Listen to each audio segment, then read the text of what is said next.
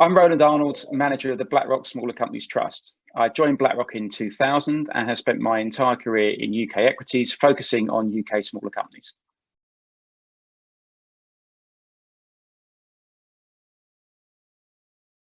The Blackrock Smaller Companies Investment Trust has a bottom-up stock-picking process that focuses on 5 criteria. There's the quality of the balance sheets, the quality of the cash flow, there's the management team, there's the market position of the business. Is it market leading? Can it become the market leader? And there's the track record of the business in terms of both growth and in meeting earnings expectations that have been set.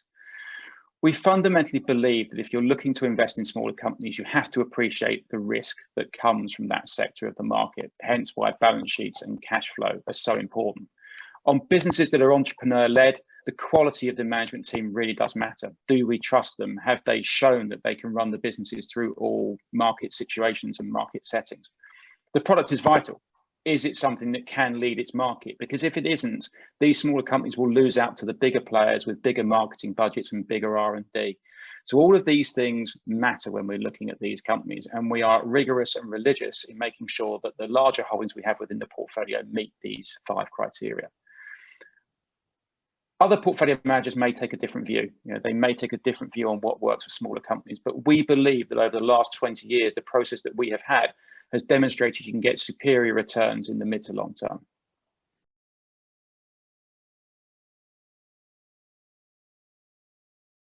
One of the benefits about working at Blackrock and being the largest asset manager in the world is that most companies actually want us on the shareholder register, or indeed through the business. We're already quite significant shareholders in most companies.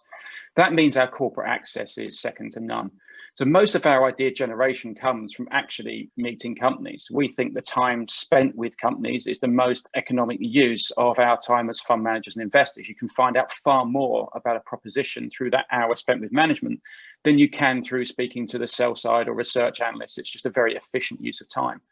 And the second benefit about spending that much time with companies is that no company exists in its own in stasis. It's part of a vertical or horizontal chain. So every company meeting tells you something about the market they operate in, the wider economy, supply chains, various different trends and things that are going on within the market. And so spending that time with companies causes idea generation for other parts of the market and for other companies themselves. So everything we do in terms of idea generation is sparked by conversation, whether it be with companies or whether it be within the teams. And once we have found an idea or looked at something we think is interesting, we then analyze it through our 5 criteria: the balance sheets, the cash conversion, the quality of the underlying company and earnings, the management team, and the position of the business itself and the market opportunity that it has.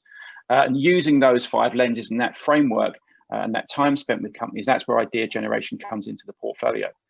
And you can look at examples like CVS, the veterinary business within the UK, strong balance sheet, excellent cash conversion, tremendous track record of long-term growth. Management team has recently changed, but is a set of veterinary professionals within the group. And so using the time we spend with company and the time we spend with others in the market, we identified that opportunity as being a good long-term holding for the portfolio.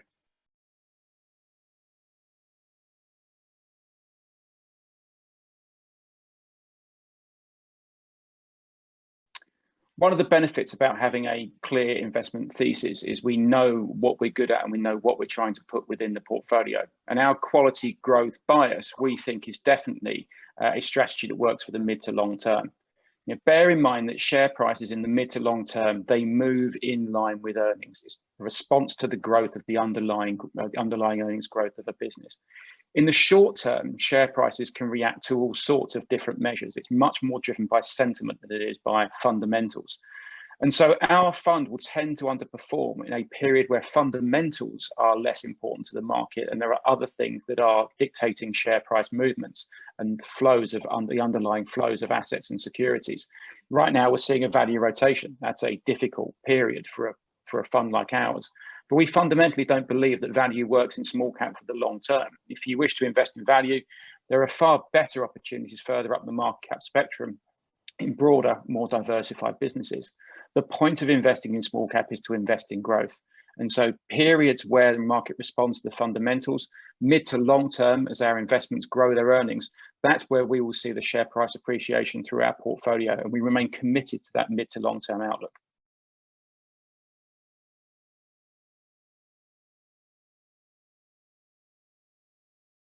I think we have to disaggregate between the risk of a small and mid-cap fund and the risk of a small and mid-cap company.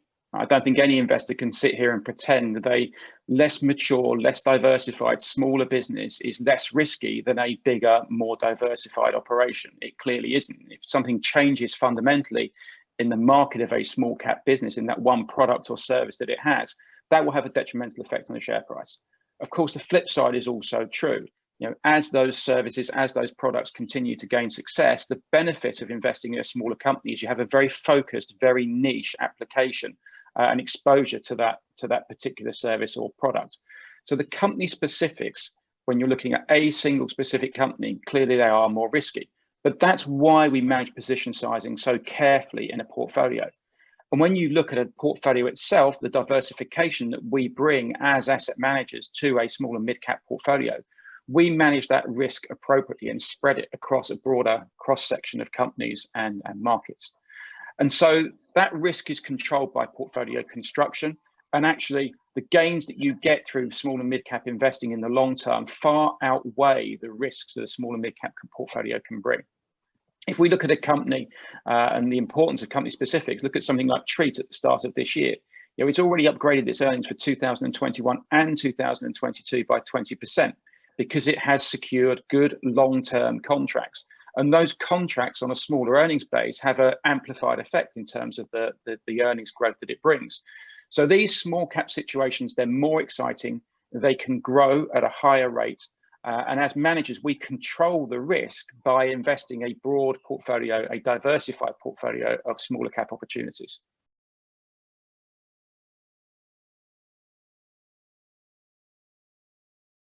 I think firstly, we have to distinguish between the UK and an economy and the UK as a market.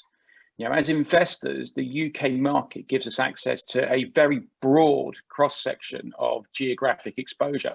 Whilst people think about the UK smaller companies market as being very domestic, actually there is a big chunk of the earnings and revenues that comes from overseas. And so as active managers, we can position the portfolio accordingly.